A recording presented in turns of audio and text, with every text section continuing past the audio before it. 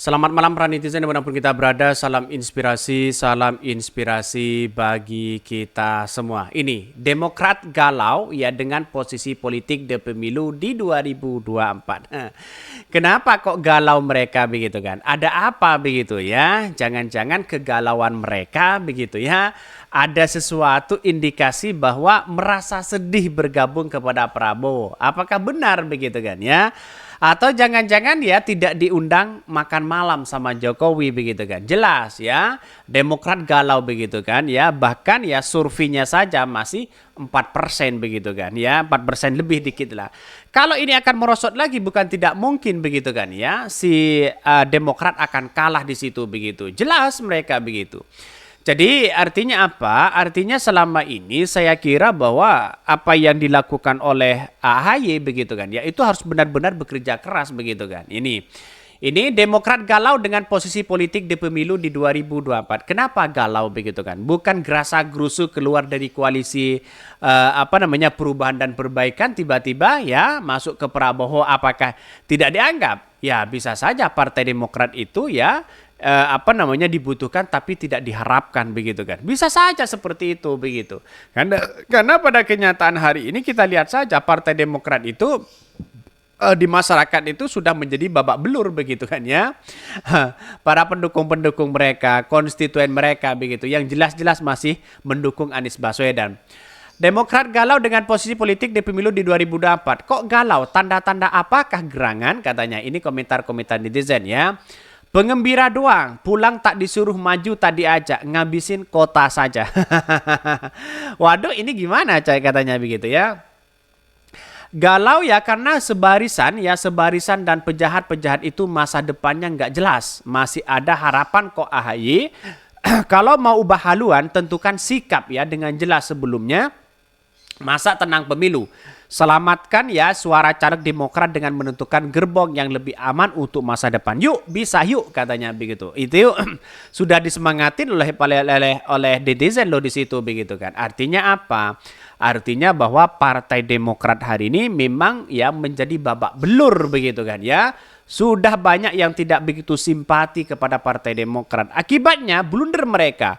Ya, efek ekor jas dari seorang Prabowo yang menjadi presiden dan wakilnya adalah Gibran Rakabuming Raka. Ya, itu tidak punya dampak efek ya luar biasa dan tidak bisa menjadi dampak positif kepada Partai Demokrat di situ begitu kan. Ujung-ujungnya malah merosot surveinya begitu kan. Ujung-ujungnya para kader yang di bawah banyak yang kemudian ada sebagian yang sudah mendukung Anies Baswedan di situ begitu. Kan itu kan sudah jelas menandakan bahwa gejolak Partai Demokrat itu kan pecah begitu kan ya. Gejolaknya di situ begitu. Dan pada akhirnya Partai Demokrat dianggap pecah karena memang pendukung dan konstituen yang ada di bawah, kader-kader mereka masih banyak yang mendukung Anies Baswedan begitu ya. Itu secara terang-terangan di situ begitu. Maka kemudian cara utamanya strategi politik menurut saya pribadi yang saya tahu begitu kan. Partai Demokrat itu harus benar-benar memainkan peran. Contoh misalnya Partai Demokrat bergabung ke Prabowo, jangan halangi ya kader-kader mereka, konstituen mereka untuk mendukung Anies Baswedan. Karena yang dibawa itu yang dilihat bisa saja Anies Baswedan, bukan Prabowo-nya begitu kan. Sehingga kalau ya kader-kader Demokrat, simpatisannya terus kemudian tidak dihalangi, lalu kemudian silakan mau pilih Anies Baswedan, maka bukan tidak mungkin simpati orang itu akan memilih Partai Demokrat sebagai calegnya begitu kan. Sebagai aspirasi rakyat di situ begitu. Bukan tidak mungkin di situ begitu. Jadi strateginya seperti itu. Tapi sekarang pada kenyataannya pendukung-pendukung dari Partai Demokrat atau simpatisan dan kader selalu menyerang Anies Baswedan. Tidak perlu seperti itu begitu kan. Kalau ingin lolos Partai Demokrat ini begitu kan ya, jangan seperti itu. Jangan kritik sana sini, kritik sana. Harus dikontrol begitu kan. Ya, bagaimana strategi politik yang dimainkan hari ini begitu. Bukan saya ngajari Partai Demokrat, tapi saya berbicara sebuah realitas begitu kan. Ya, jangan halangi di bawah begitu. Maka kemudian ya bisa saja dengan adanya seperti itu bisa saja akan mengembalikan Partai Demokrat begitu kan ya. Bahkan Demokrat galau dengan posisi politik di pemilu di 2024. Partai Demokrat dinilai galau posisi politik mereka ya pemilu di 2024. Hal itu mencuat setelah Ketua Umum Partai Demokrat Agus Harimurti Yudhoyono berpidato akan memperjuangkan perubahan. Dilansir dari Detik News ya, bahkan Direktur Eksekutif Parameter Politik Indonesia Adi Prayitno menilai ya pidato AHY itu terlihat menimbulkan kegalauan, utamanya terkait dengan posisi politik Demokrat. Pidato yang terlihat galau terutama dari ya posisinya politik ya Demokrat. Satu sisi Demokrat hati dan pikiran penuh dengan semangat perubahan, selalu mengambil jarak ya berseberangan dengan Jokowi. Tapi di sisi lain Demokrat harus mengkompromi dengan realitas politik, mendukung Prabowo Gibran yang notabene adalah replika politik Jokowi, kata Adi. Bahkan menurut Adi, Demokrat juga rumit memposisikan dirinya secara politik sebab kata dia basis partai politik ya Partai Demokrat ya adalah yang menyuarakan perubahan dan kritis terhadap pemerintah Jokowi. Nah, maka disinilah kalau punya strategi misalnya ya mungkin strategi saya dipakai begitu kan. Kalau ingin mencitra Demokrat lebih baik begitu kan, jangan halangi yang di bawah yang mendukung Anies Baswedan. Jangan halangi yang di bawah simpatisannya, terus kader-kader mereka begitu kan untuk selalu mendukung Anies Baswedan. Dan kesalahan besar terhadap Partai Demokrat, para kader-kader mereka, para caleg-caleg mereka justru mengomentari dan menjelek-jelekan Anies Baswedan begitu kan. Itu kan logikanya gimana begitu? Seharusnya AHY punya target di situ begitu kan. Jadi pada ujung-ujungnya ya kita lihat saja berikutnya. Ternyata AHY Demokrat anjlok di situ begitu kan. Jelas karena tidak begitu simpati di masyarakat. Karena Demokrat itu sama aja ya representasi dari politik Jokowi begitu kan. Sedangkan yang di bawah itu tidak mau di situ begitu kan ya dikatakan sebagai representasi politik Jokowi begitu.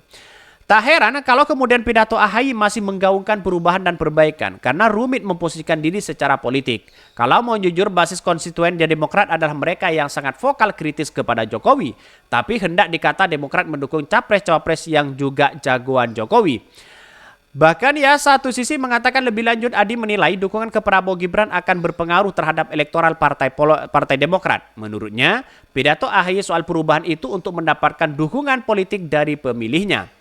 Bahkan satu sisi dalam pidato AHY menyinggung soal kenaikan gaji TNI Polri sebanyak 9 kali. Adi menilai ya tersebut diungkapkan AHY demi ya Demokrat mendapatkan suara pemilu di 2024. Wajar kalau dalam pidato AHY menyebutkan SBY ibarat ya Krishna ya mensejahterakan TNI Polri.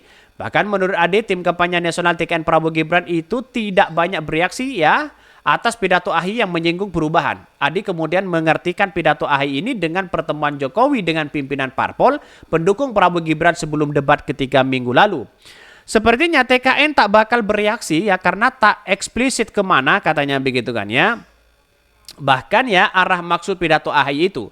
Namun dia bisa dipertanyakan juga jangan-jangan pidato AHY dilakukan karena tak diajak acara Jokowi ya. Bicara Jokowi sebelum debat ketiga di mana Jokowi hanya maraton ya bertemu dengan Prabowo, Airlangga, Zulhas dan tidak ada pertemuan dengan AHY. Menurut Ade pidato AHY seperti ya sikap mendua Demokrat seperti apa penjelasannya katanya begitu. Ini pidato AHY soal perubahan. Sebelumnya AHY dalam pidato mengatakan bahwa penerima pertanyaan dari masyarakat saat berkunjung ke beragam daerah. Menurutnya masyarakat bertanya apakah Demokrat masih tetap memperjuangkan agenda perubahan dan perbaikan sesuai mendukung calon Presiden Prabowo Subianto. AHY mengatakan bahwa agenda perubahan dan perbaikan masih dilakukan meski Demokrat saat ini berkoalisi dengan partai pemerintah Presiden Jokowi. Dia pun menyinggung semua koalisi capres dan partai pendukung pemerintah Jokowi. AHY menekankan bahwa dia telah berbicara dengan Prabowo Subianto capres yang diusung soal agenda perubahan dan perbaikan. Ya, Prabowo kata AHY telah bersepakat mewadahi aspirasi dari Partai Demokrat. Ternyata jadi kalau kita melihat dengan usutan-usutan seperti itu begitu kan kita lihat saja ternyata AHY galau begitu kan. Demokrat galau untuk menentukan arah dukungannya kemana terus kemudian tidak punya efek ya jas ekornya begitu kan ya dari seorang presiden calon presiden dari Prabowo dan Gibran begitu kan. Tidak ada dampak di situ begitu. Apa yang terjadi? Wallahu alam begitu kan. Bisa saja ini kalau anjlok sedikit pun maka AHY dipastikan ya Demokrat dipastikan tidak bisa ya masuk Senayan begitu kan. Mungkin itu yang kami sampaikan ya tonton terus channel dari podcast Rakyat ini karena ada berita-berita menarik dan viral setiap harinya. Salam para netizen, salam inspirasi bagi kita semua. Jangan lupa di subscribe di YouTube dari podcast Rakyat ini.